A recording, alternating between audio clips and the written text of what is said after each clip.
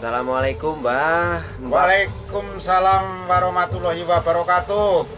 Kok Mbah bisa nyampe ke Padepokan ini, ceritanya gimana Mbah? Ya namanya mas, namanya orang jalan yang mengikuti petunjuk dan hati. Ya Simbah pengen di Padepokan ini, ya di Padepokan ini. Pokoknya petunjuk dan hati Simbah ini memang harus aku ikutin. Tujuan Simbah itu mau ke Padepokan ini sekedar mampir atau sekedar mau silaturahmi atau emang nggak sengaja nyampe ke sini?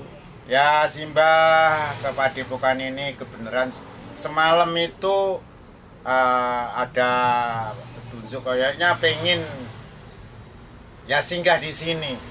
Nah, ya udah singgah di sini sampai sekarang ini. Memang ada apa Mas? Aku ingin ngobrol-ngobrol dan ingin bertanya lah salah satu yang sekarang itu lagi tren, intinya terutama itu masalah ibaratnya itu kita bahas masalah ini Mbak. Saya mau mempertanyakan, bukannya membahas, saya itu bukannya siapa-siapa. Cuman ibaratnya aku ingin tahu menurut pengalaman Simbah atau menurut pendapat Simbah masalah Borobudur. Itu gimana maksud masalah Borobudur itu Mbak? Ya kalau masalah Borobudur sebetulnya ini jane ora bagiannya Simbah juga. Tapi karena Simbah itu ya wong Jawa. Wong saka Jawa mestine masalah Borobudur ya Simbah ini hanya ikut-ikut sedikit mengerti. Ya salah satunya kalau Borobudur misalkan diisukan ini dan itu sebetulnya itu kurangnya kerjaan dan kurangnya yang dibicarakan. Karena Borobudur itu setahuku umat ke Borobudur itu nggak bedanya apa, hanya melihat kebesaran Allah menciptakan Borobudur yang sedemikian tanpa semen, bahkan tanpa dimengerti orang, tapi bisa terciptanya sampai bangunan yang megah seperti itu. Jadi ke Borobudur itu ya hanya melihat kebesaran Allah. Kalau zaman kecilku dulu Mas, itu jenenge apa ya, melancong. Iku nek arbodo sepisan arbodo. Nah, nek saiki jenenge pariwisata. Lah, di situ jadi kalau Borobudur dipermasalahkan ini itu orang yang kurang kerjaan, itu orang yang kurang dipikir. Nah, di situ. Jadi kalau masalah Borobudur itu sebetulnya hal-hal yang sebetulnya itu apa ya, budaya sebelum ada, mestinya orang ini kali janganlah dilari-larikan makanya kembali lagi jangan masalah Borobudur karena agama itu jangan, itu semuanya kebesaran Allah, umat tinggal melihat adanya Borobudur ini. Orang nggak tahu yang bangun siapa juga nggak tahu, aku orang sananya juga sekalipun bukan apa-apanya tapi mengerti. Orang ke Borobudur itu hanya melihat kebesaran Allah, bisa adanya bangunan begitu yang menciptakan siapa, yang ini siapa. Tapi anak-anak muda sekarang muncul, ada habib, ada ustadz, ada kiai yang kurang koyoknya kok. Nah ini masalahnya, kontribusi apa sama Borobudur kalau sampean melarang dan istilahnya ya membuat ini masalah Borobudur. Memang membantu apa masalah Borobudur? Jadi kita lebih baik ya yang ada ya sudah kita ini, yang penting Borobudur tidak membuat masalah. Adanya Borobudur tidak membuat ribut bangsa dan negara. Itu jadi kalau sekarang anak-anak muda sekarang, wah sekarang ini tinggal enaknya. Zaman dulu orang itu, zaman wali, zaman ini itu orang berjuangannya, wah. Jadi kalau orang sekarang tinggal enaknya, jadi nggak boleh lah masalah Borobudur digosipkan ini itu nggak boleh. Nanti kualat. Kalau kata wong Jawa kualat, sirai kok neng isor sikile neng dhuwur. Nah, sampeyan kualat. Jangan sekali-sekali aku pesan sama generasi muda, ustadz, kiai dan sebagainya, jangan sekali-sekali ceramah menggosipkan tentang yang sakral ya. Aku pesan, musafir ikut angkat bicara. Musafir Nusantara ikut angkat bicara. Masalah Borobudur tidak ada masalah apa-apa. Umat apapun boleh datang, orang luar negeri pun boleh datang. Nah, karena Borobudur salah satunya kebesaran Allah. Kita tidak tahu, makanya para kiai, para ustadz dan habib-habib yang pernah ini itu kita baik-baik saja kita ini, karena adanya Borobudur pusernya Nusantara di bumi Jawa, Jawa Tengah, Jawa Timur, Jawa Barat, itu pusernya di Indonesia NKRI atau Indonesia Nusantara Bumi. Kalau masalah wayang lah, karena Mbah itu kan orang Jawa, intinya orang Jawa. Kalau orang Jawa itu kan identik sama wayang, terutama itu kalau di Jawa Barat ya wayang golek, mungkin kalau Jawa Tengah ke sana itu kan wayang kulit. Kenapa kok itu bisa diharamkan atau kenapa kok ibaratnya dilarang? Permasalahannya itu apa? Itu kan budaya masyarakat orang Jawa. Kalau menurut si Mbah gimana? Ya, kembali lagi inilah, makanya sekarang ini banyak wong pinter tapi pada geblinger, otake pada ngeres. Ya, wayang, adanya Islam karena wayang. Pada waktu itu di Jawa Tengah, Jawa Timur khususnya, untuk memasuk ke memeluk agama Islam itu dulu sebulan sekali. Aku itu sudah tahu, sudah ngikutin pada waktu Pak Karno itu masih ini. Itu pun pakai penyuluhan dari Depak kecamatan tiap sebulan sekali supaya orang itu masuk agama Islam, memeluk agama Islam. Tapi adanya wayang, kalau orang punya hajat nanggap wayang yang datang ribuan, akhirnya hijrahnya wayang itu menjadikan Islam dengan pelan-pelan. Nah, sampai ada katakan Simbah Sunan Kalijaga dengan syair apa hijrah ini dengan wayang supaya orang bisa masuk Islam, supaya senang dengan agama Islam. Jadi jangan dicampur adukan budaya dan agama. Simbah ini orang bodoh, orang alam. Simbah la ilaha illallah taunya cuma alif, tapi Simbah tidak pernah membeda-beda. Simbah gendong Simbah Sunan Kalijogo. Simbah ini bertahun-tahun berjalan gendong Mbah Sunan Kalijaga. Dikata Mbah Sunan Kalijaga ini itu ya marah. Beliau dirasakan orang Islam sampai sekarang karena perjuangan para wali. Mbah Sunan Kalijaga pecah Mataram supaya jadi Islam, Mataram, Majapahit dan Pajajaran supaya jadi Islam. Dirasakan jadi Islam sampai sekarang. Tapi pada waduh, anak-anak muda sekarang ini memang hebat. Memang hebat sekarang ini, banyak orang pinter tapi geblinger. Nah, yang dikata yaitu tadi, orang Islam itu memang banyak di Indonesia. Tapi yang orang bener kan susah juga.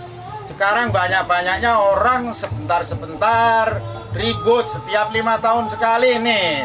Bentar lagi ribut. Yang ada khilafah, yang ada ini, hanya semuanya mau mencari keuntungan dan mencari dukungan supaya memuaskan, dan itu sebetulnya hal-hal yang bagaimana akhirnya mecah belah umat. Nah, coba kapan negara ini mau tentram, kapan negara ini mau damai? Coba bikinlah kita generasi muda, rakyat sendiri yang suka ini. Sebetulnya kalau ada orang yang suka golongan mengadu domba begini mengajak yang hal-hal yang tidak ini, sebetulnya kalau rakyat tidak mengaminin itu juga nggak bakal jadi. Tapi kalau menurut Simbah, kan kebanyakan masyarakat Indonesia itu 80% itu agama Islam. Gimana Islam sama Muslim itu kalau menurut Mbah gimana? Ya, sekarang kita terbuka saja, tidak usah ditutup-tutupin ya toh Mas. Simbah terbuka saja karena Simbah ini orang bodoh, tapi jalan dari pinggir laut sampai di ibu kota. Yang disebut muslim. Mestinya kalau seorang muslim itu benar-benar beramanah, menurutin amanahnya Allah, perintah Allah, sholat dan sebagainya, itu jelas. Tapi Islam, yang disebut Islam, banyak Indonesia Islam karena hanya Islam KTP. Contoh, waktu ada COVID corona, masjid ditutup. Wah, semua ngeributkan masjid ditutup dan ini dan itu. Tapi setelah masjid dibuka, makmumnya juga itu-itu aja, nggak tambah lah. Inilah jadi masyarakat sendiri kadang-kadang membuat kegaduhan.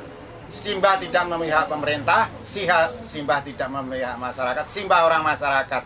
Tapi aku mengingatkan, masyarakat sendiri kadang-kadang membuat kegaduhan nggak ada bapak pemerintah mau menjerumuskan rakyatnya, nggak ada orang tua mau menjerumuskan anaknya. Itu masyarakat sendiri kadang-kadang membuat kegaduhan. Contoh itu segala apa nanti larinya pemerintah yang dini, padahal masyarakat sendiri suka membuat kegaduhan yang tidak bisa dimengerti oleh pemerintah. Lah, aku mohon mulai saat ini memang hari atau waktu yang akan datang itu ya itu bulan purnamanya besok itu jatuhnya di tahun 2024, bulan purnama akan bersinar. Kali kita harus mengetahui kenapa Simbah mengatakan bulan purnama besok terbitnya di tahun 2024. Itu nanti bulan purnamanya. Simbah sudah tahu. Jadi tahu nanti kalau si Mas mau ini, Simbah sudah tahu bulan purnamanya besok jatuhnya di tahun 2024.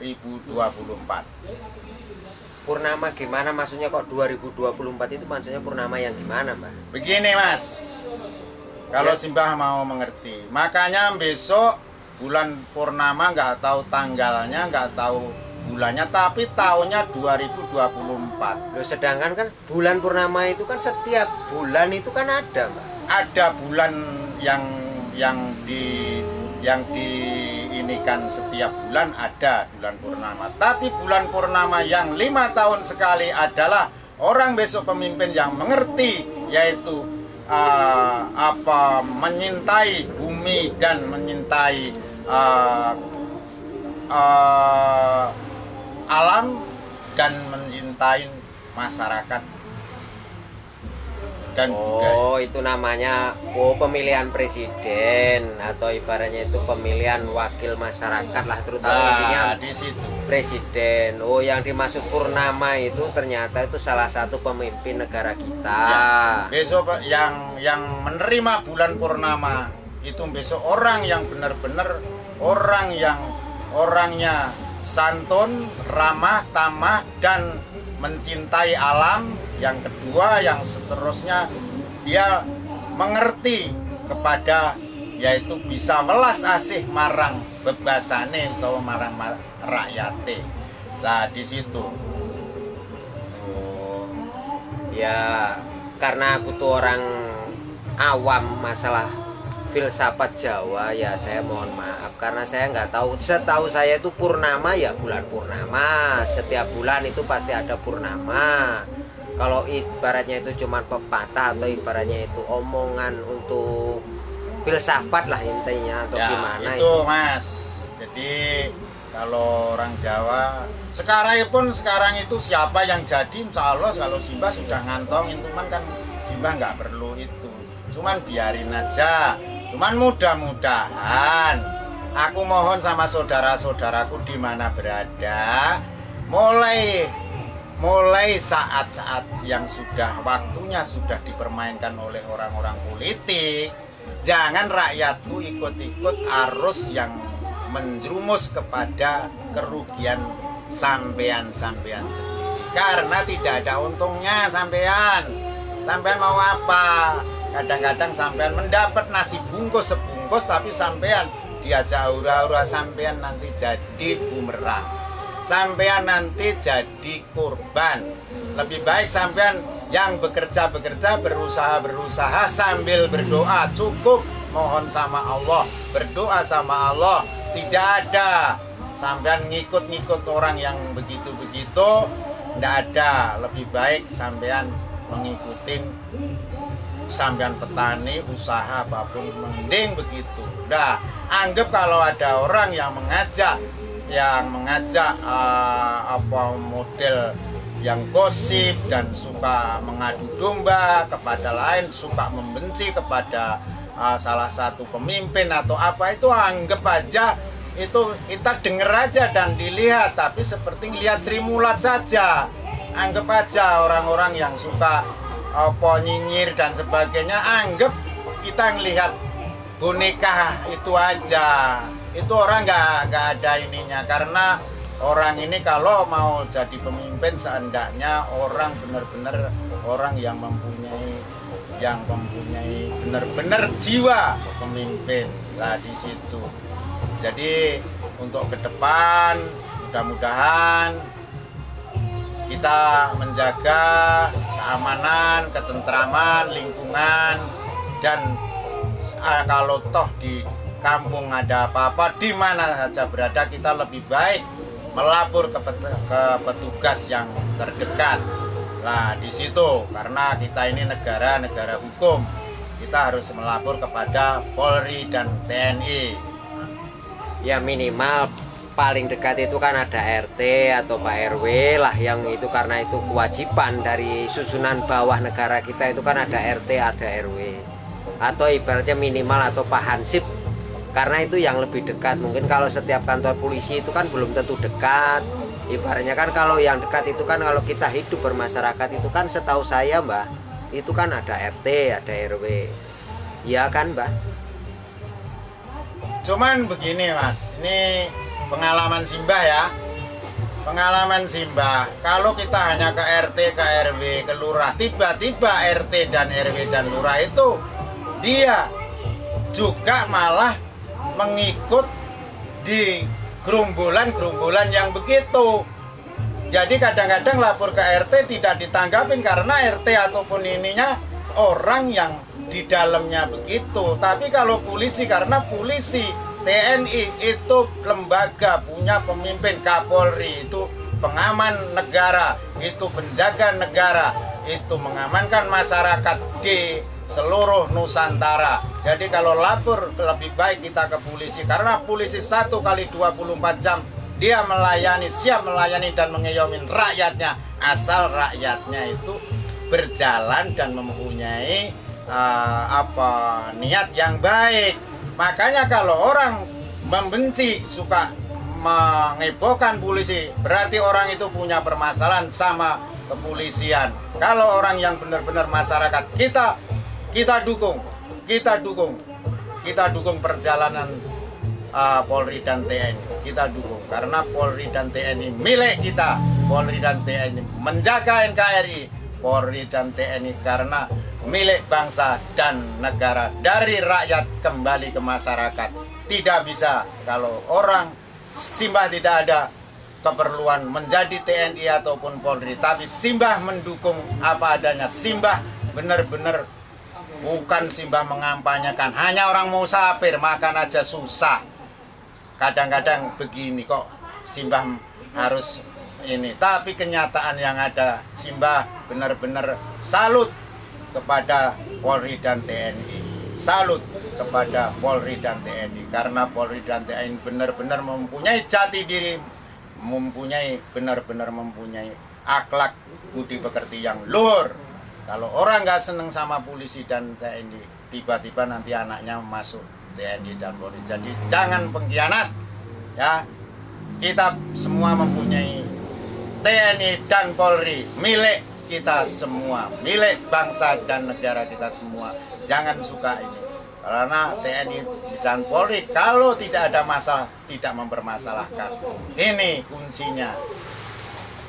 Ya terima kasih Mbah untuk waktunya, karena di sore ini mungkin saya mengganggu atau gimana. Saya cuma ingin ngobrol, menanyakan sesuatu yang saya kira-kira belum tahu, karena Mbah itu seorang pejalan kaki dari desa ke desa, dari kota ke kota. Itu mungkin kan banyak cerita berbagai macam dari masyarakat. Kayak gitu aja. Terima kasih Mbah atas waktunya. Ya, Simbah juga terima kasih bila mana Simbah ada dalam perjalanan sampai